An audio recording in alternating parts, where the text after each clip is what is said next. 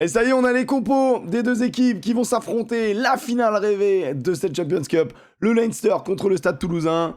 On va regarder ça ensemble. Mais moi, je suis un petit peu stressé, mon ami. Et avant de démarrer, n'hésite pas à t'abonner. C'est gratuit. Moi, ça récompense mon travail. Donc, n'hésitez pas. Plus on est de fous, plus on rigole. Et plus on parle rugby et plus on fait vivre le rugby. Et moi, c'est ma grande passion. Et on se retrouve d'ailleurs sur ma chaîne Twitch pour vivre le match en viewing party. C'est-à-dire comme à la radio, voilà, je commente le match, on en discute, on est quasiment 1000 à en parler dans le chat et c'est extrêmement cool. C'est vraiment regarder un match tout seul dans son canapé, mais à 1000. Voilà, c'est un peu ça l'esprit. Donc n'hésitez pas à me suivre aussi sur Twitch si ça vous dit. Alors que nous a concocté Hugo Mola, l'entraîneur du Stade Toulousain? Eh bien, il m'a surpris sur son banc, puisqu'on sait très bien que le Leinster, c'est une équipe très solide devant, et il a fait un banc dit en 5-3, il aime bien faire ça. Et c'est une norme vraiment dans le rugby depuis des années et des années, même si la norme tend à aller vers un 6-2, donc un peu plus d'avant, un peu plus lourd, un travail à la mine plus énergivore. Sur le banc, première chose à noter, c'est que Julien Marchand est sur le banc, Movaka démarrera. Moi, je n'ai pas d'avis particulier là-dessus, je trouve que les deux sont interchangeables, les deux apportent des choses un peu différentes. Terminé sur un Julien Marchand, plus profil, on va dire, gratteur, même si Movaka sait très bien le faire. Surtout qu'on a vu que les Irlandais avaient un peu de mal à finir les matchs de Champions Cup cette année. Après Marchand, autour de lui, on aura Netty Merkler. Merkler, surtout, je vais faire un point là-dessus, c'est que lui, il est très jeune, il a 22 ans, c'est un pilier droit espagnol. Il est assez impressionnant. Il est vraiment très impressionnant, il fait une super saison. Je suis content pour lui parce que c'est une belle récompense et en même temps c'est une énorme pression. Il va rentrer face à l'expérimenté Kianili. Donc ça va être un très beau défi pour lui, mais je pense qu'il peut le relever. Je suis pas très inquiet à ce niveau-là. Arnold, c'est quand même un luxe de pouvoir avoir Arnold sur le banc. Et puis la surprise, elle vient de Brennan, fils de Trevor Brennan, irlandais donc. Donc ça a du sens quand même de le mettre face au Leinster. Écoutez, il reste sur des prestations assez incroyables. Moi je trouve que Joshua Brennan, Trevor, ça y est. Moi, je trouve que Joshua Brennan, c'est vraiment un super joueur, notamment contre Montpellier. On a vu dernièrement tout l'intérêt de ces joueurs de l'ombre qui ferraillent énormément. Donc vraiment, Brennan, je trouve que c'est un excellent choix. Là où je suis un peu surpris, c'est que moi, j'aurais aimé voir un Castro Ferreira sur la feuille pour faire le 6e avant. Bon, Hugo Mola sait ce qu'il fait. En tout cas, j'espère qu'il sait ce qu'il fait. Du coup, la suite, Graou. Graou, en ce moment, il est quand même sur une très bonne saison, donc pas d'inquiétude, même si je doute qu'il rentre ne serait-ce que quelques secondes. Choco Barès, qui avait été rappelé par la patrouille, cité pour un plaquage à retardement dangereux. Il avait pris le minimum au final, donc 3 semaines, donc il est disponible. Et enfin, Thomas Ramos. Et là, moi, j'avoue que moi, j'ai un vrai problème. Thomas Ramos, c'est un vrai choix que je trouve assez dur, puisque pour moi, c'est l'arrière de cette équipe. Et je ne suis pas dans le train de ceux qui disent que Kinghorn est un monstre. Je trouve que c'est un très bon joueur international, il n'y a pas de souci. Je ne suis pas du tout dans le train de ceux qui disent qu'il est rassurant dans les airs. Moi, j'ai trop les stigmates de la Coupe du Monde, et notamment sa prestation contre l'Afrique du Sud avec l'Écosse, où il est catastrophique, et je trouve qu'il coûte, c'est un peu fort, mais qu'il coûte vraiment presque ce match, par ses prestations en l'air notamment. Maintenant, l'eau a coulé sous les ponts depuis, mais c'est vrai que sur la Coupe du Monde, moi, Kinghorn en l'air, c'est pas grandiose. Maintenant, depuis qu'il est à Toulouse, c'est quand même un très bon joueur. Il s'intègre bien au groupe. Il apporte toute son expérience, sa vitesse, voilà, la vista, le jeu au pied. Pourquoi pas. Maintenant, c'est pas un buteur d'exception. C'est pas non plus un gars qui peut jouer 10 à un très haut niveau, je trouve. Quand il a joué 10, c'était rarement stylé. Donc, c'est un bon arrière. L'idée de le mettre sur l'aile, je trouvais que c'était malin. Maintenant, t'as quand même du choix au Stade Toulousain, donc il a dû faire un choix. Mais le fait de mettre Ramos sur le banc, moi, ça m'embête beaucoup. Parce que Ramos, il est vraiment capable de magie. Alors, c'est sûr que certains vont dire oui, mais en finale, ou contre les Sudaf, quand les matchs ont compté, Ramos était un petit peu invisible ou en dedans, où il y a moins une magie. C'est pas faux. C'est pas faux, mais après, Ramos, c'est aussi un gars qui a su assumer pas mal de finales avec le Stade Toulousain. Et je trouve que c'est quelqu'un qui a un vrai mental. Je pense que c'est bien de mettre des Français internationaux. Parce que il y a quand même cette espèce d'échec contre les Irlandais qui est latent. Et l'envie d'en découdre. En plus, le Leinster, historiquement pour Toulouse, ça compte. Et sur les France-Irlande, ça compte. Ouais, j'aurais mis Thomas Ramos à l'arrière, moi perso. Quitte à mettre Kinghorn sur une aile et mettre Malia sur le banc. Comme ça, désolé Choco Barès, mais j'aurais pas mis Choco Barès, j'aurais mis Graou, Malia. Malia, il peut remplacer ailier, arrière, 10 et centre. Voilà. Bon, voilà, tu le mets sur le banc. Il est trop fort, il est sous-coté, il te rend vraiment des copies très très très propre. Donc moi je l'aurais mis sur le banc, j'aurais mis Grau Malia et j'aurais rajouté Castro Ferreira, mais je ne suis pas aux entraînements donc je ferme ma gueule. Et donc si j'insiste un peu sur le triangle arrière, c'est que quand on voit jouer le Leinster, on sait très bien que c'est une équipe qui certes aime la possession, aime en tout cas te mettre des séquences. Je trouve que c'est un peu faux de dire qu'ils possèdent tout le temps, parce que statistiquement, par exemple contre La Rochelle, c'est pas eux qui ont la possession, etc. Et même dans leur championnat, ils n'ont pas tout le temps la possession. C'est juste une équipe qui sait te tenir le ballon, et quand elle veut t'épuiser et te mettre une vraie séquence de 3 minutes en tenant la balle, ils savent le faire. Donc ça, c'est clairement, ils savent tenir la balle, mais ils savent aussi quand s'en séparer. Et moi, c'est là-dessus, j'ai l'impression qu'on n'appuie pas assez là-dessus. Le Leinster, quand ils prennent le score, notamment la demi-finale contre Northampton, elle est claire et évidente, ils prennent le score assez vite, surtout sur des erreurs de Northampton. Donc, les Toulousains sont prévenus, ils n'ont pas le droit à l'erreur, t'es en finale, tu dois pas faire de bourde à te tromper, à faire des en avant sur engagement dans tes 22 mètres, par exemple. Hein. Et du coup, je trouve que on a affaire à un Leinster qui va te mettre énormément de coups de pied de pression. Que ce soit en sortie de camp, c'est des patterns de sortie, des combinaisons de sortie qu'ils utilisent beaucoup. Soit ils essayent de sortir de leur camp, enfin ils arrivent à sortir de leur camp, tu vois, en utilisant ce jeu au pied de pression, où c'est souvent du 50-50 en l'air. Donc Lebel, Malia, Kinghorn, ils vont être extrêmement testés. Moi j'ai confiance en Malia, j'ai confiance en Lebel, j'ai un peu moins confiance en Kinghorn, mais je sais que parmi vous il y en a beaucoup qui ont confiance, donc tant mieux. Et j'ai surtout confiance en Ntamak pour couvrir le fond du terrain, que je trouve très très fort en l'air. Le reste de la compo, on va faire des arrières aux avant. Dupont Ntamak, surprise générale, hein, vraiment. Bon, la charnière de l'équipe de France est fraîche. Une charnière fraîche mentalement. Antoine Dupont est vraiment un joueur hors norme. Il l'a prouvé par, je pense, sa lucidité, sa décision d'avant même la Coupe du Monde, de décider de se dire « Ok, il me faudra un autre projet sportif ambitieux pour me motiver, pour me nourrir. » Il le sait, il est très fort là-dessus. Il le savait avant la Coupe du Monde. Peu importe l'issue de la Coupe du Monde, il le savait. Il fallait faire une pause avec ce 15 de France. Et ça, c'est fort. Parce qu'on les voit, hein, les mecs abîmés, les Aldrit et compagnie, un peu les leaders du 15 de France qui sont fatigués, qui ont du mal. Et Antoine Dupont, il a cette fraîcheur, il rebondit, il a l'air toujours plus fort.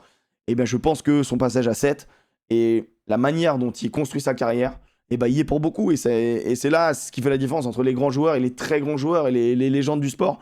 Et je pense que ce mec-là, et de ce pédigré-là, c'est vraiment un joueur intelligent, quoi. Intelligent dans tout ce qu'il fait. Et c'est un bonheur, et il est plein de bourre. Ntamak, il est frais aussi, du fait de sa blessure. Il n'a pas joué cette Coupe du Monde. Il est frais, il est revenu, il a faim. Je pense que ce qui peut faire la différence, c'est là. Je trouve que le niveau Dupont Ntamak est largement supérieur à Gibson Park. Très bon joueur, ne me faites pas dire ce que j'ai pas dit. Mais sur le déclin, je trouve. Et Burn, qui est pour moi le point faible du Leinster. Clairement, Ross Burn, je pense qu'il souffre énormément de la comparaison avec Sexton. Et si le jeu du Leinster est aujourd'hui, attention, un peu moins léché, eh bien c'est aussi du fait du chef d'orchestre. Et le chef d'orchestre, Ross Burn, c'est pas pour rien que c'est pas lui qui a été choisi en tant que numéro 10 de l'équipe d'Irlande. Voilà. La paire de centre, Aki, Coste, j'aime beaucoup l'alliance entre Aki, l'expérience, le défenseur hors pair, la solidité, prise du centre du terrain, super joueur de l'ombre, joueur du devoir même, j'ai envie de dire, et Coste, la jeunesse, la fougue. Il va te faire des conneries, mais il peut te faire le truc qui va te faire gagner le match. Donc vraiment, j'aime beaucoup cette paire de centres, j'aime beaucoup globalement la ligne de 3 quarts, bien évidemment, mais l'équipe est monstrueuse, de toute manière, c'est 2 équipes monstrueuses. Maintenant, on passe au Hobbit de devant, Baye, Movaka, Aldeguerri. Bon, là, ils vont avoir des clients en face, hein, Porter, Sheehan, Furlong, donc ça va être exceptionnel. Moi, j'ai confiance en eux, je sais qu'Aldeguerri, voilà, je mets quelques petits coups dans les côtes de temps en temps, parce qu'on s'attend à mieux d'un joueur qui a été appelé en équipe de France, tu vois, on s'attend à mieux d'un pilier droit, et c'est vrai qu'aujourd'hui, on attend un très gros match de sa part, et j'espère que ça va être le cas. Flamand Meafou, bon, deuxième ligne monstrueuse, et en face, ça tombe bien, parce que McCarthy, va falloir le coller. C'est pas Moloney qui a été sélectionné, mais c'est Jenkins, donc là, c'est un vrai choix aussi de l'autre côté. Et ensuite, la troisième ligne toulousaine, Cross, Willis, Roumat. Cross, en ce moment, il est quand même très très fort. Willis, il est très impressionnant. Roumat, moi j'aime beaucoup sa capacité à porter la balle. Certes, c'est pas un 8 puissant qui va te foutre sur le cul, mais on s'en fout parce que Toulouse, ça joue sur les ballons en offload, ça joue sur les ballons vivants. L'école où il faut absolument mettre en place un jeu de mouvement et un joueur qui passe par le sol est un joueur mort. En tout cas, tu arrêtes le mouvement du ballon et si tu arrêtes le mouvement du ballon, eh bien, tu as raté ton attaque. Concrètement, c'est un peu des principes de base du rugby. Et les Toulousains illustrent très bien ça avec cette volonté de toujours mettre en action le ballon. Et dans ce profil-là, dans ce système-là, un Roumat, c'est un super joueur, donc je suis très content de voir ça. Et je pense que ces mecs-là arrivent assez frais. Ils n'ont pas à se soucier du top 14. Ils ont que ça à penser. Et la gestion du Gomola, en tout cas en termes de temps de jeu ces derniers temps, je trouve ça très très bien. On ne sait pas s'ils ont fait une prépa physique un petit peu supplémentaire pour tenir et tout derrière. Je sais pas, je pense que quoi qu'ils, ils n'ont pas chômé. Ils sont pas partis boire des pina colada au Mexique. Donc c'est très cool.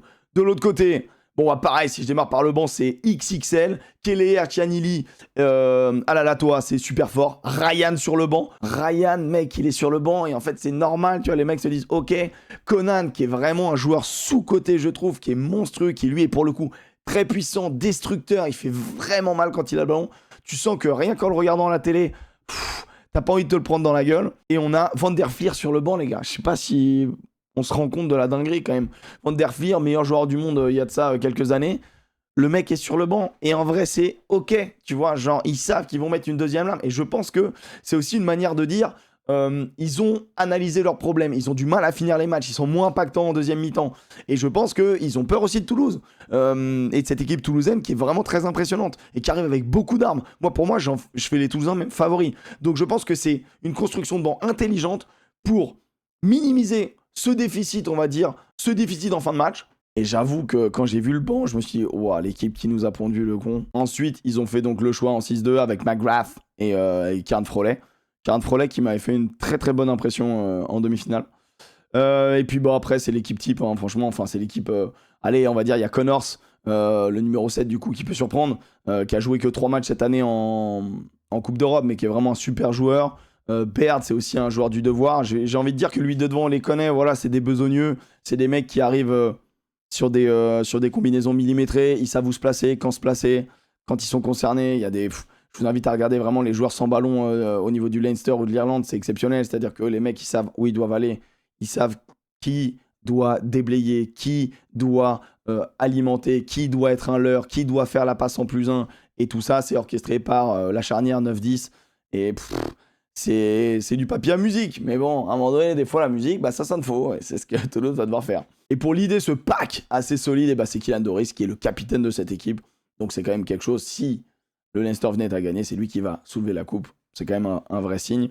Ensuite, la charnière Gibson-Park-Burn, j'en ai déjà parlé, Osborne, le numéro 12, vraie sensation Osborne, très bon jeu au pied. Il s'est allé péter dans la gueule, il sait tout faire. Osborne, c'est un vrai super joueur, jeune joueur irlandais, 22 ans. Bah, c'est une armoire, hein, mais comme globalement tous les profils de rugbyman pro, hein, j'ai envie de te dire maintenant.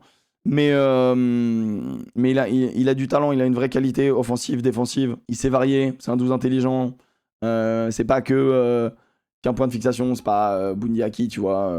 Tout respect que j'ai pour Bundiaki, mais voilà, c'est pas ce style de jeu-là. Et surtout son jeu au pied qui peut être très emmerdant. Et on l'a vu dans la couverture, on l'a vu avec une vraie notion d'occupation un peu chiante. Donc un joueur à suivre, le 12, Osborne. Encho qui est sur son 6 nations, positionné en 13, qui est plutôt bon aussi, hein, mais après ça va être intéressant parce que c'est un 12 de...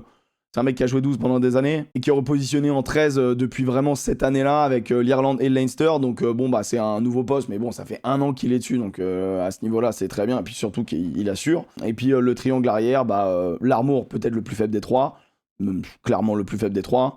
James Lowe, alors moi je fais partie des mecs qui détestent ce joueur. Je trouve que c'est un ailier naze. Il va jamais t'éliminer un gaz en 1 contre 1. Par contre, c'est un très bon finisseur. Et c'est un putain de défenseur, quoi. Il a une lecture défensive et Dieu sait qu'à l'aile, c'est compliqué. Donc là-dessus, là-dessus, c'est un client. Grosse lecture défensive et sa deuxième arme, c'est son jeu au pied, son coup de chausson. Et sur le coup de chausson, c'est monstrueux, quoi. C'est monstrueux, il a une vraie longueur et une vraie science du jeu au pied. Donc, c'est même pour moi un des joueurs clés du système du Leinster parce que si le Leinster ne souffre pas en ne jouant pas trop ou en n'étant pas trop acculé dans son propre camp, c'est grâce au pied de James Lowe qui est assez long et qui est assez millimétré pour pouvoir les faire respirer. Donc pour moi, c'est un élément... je vais pas te mentir que si on peut l'abîmer un peu, il faut pas hésiter, tu vois. Mais bon, c'est compliqué d'aller abîmer un ailier quand même. Et enfin, le meilleur arrière du monde, Hugo Kinan, qui retrouve son équipe après un mois de blessure. Là, il a joué contre l'Ulster. Et puis là, il est bien frais. Il est bien frais pour cette finale. Donc bon, bah là, bien évidemment, c'est un danger. Donc voilà. Dites-moi vos pronostics. Moi, je vois Toulouse remporter cette compétition. En tout cas, je le souhaite de tout cœur. Et j'ai l'impression que Toulouse va offrir un peu plus de danger. Je vois plus de joueurs dangereux, de X-Factor, de joueurs qui peuvent faire plier le match. Parce que je pense que devant quoi qu'il, ça va être un énorme combat. Il y a du répondant des deux côtés. Je vois Leinster un peu moins dominant que les années précédentes et je vois Toulouse arriver avec beaucoup d'armes. Donc bon, ça équilibre parce que ces dernières années, c'est plutôt avantage Leinster entre les deux. Hugo Mola, il doit aussi prendre sa revanche contre Leinster. J'avoue que la compo me fait un peu peur, perso. Mais je salue quand même ce coach parce qu'il est vraiment très très fort. Et d'ailleurs, j'ai vu un truc sur YouTube. Je vous donne le lien. C'est François Trio qui a fait une interview d'1h30 d'Hugo Mola. Vous tapez Stade Toulousain, Hugo Mola, François Trio. Vous allez tomber dessus, ça s'appelle One Two Trio. Voilà, One Two Trio. L'humour est là. En vrai, j'ai pas tout écouté encore, mais je trouve ça très très cool comme interview. Il avait fait Bru aussi. Et puis, si ça vous plaît les comptes du rugby, n'hésitez pas à vous abonner, bien évidemment, c'est gratuit.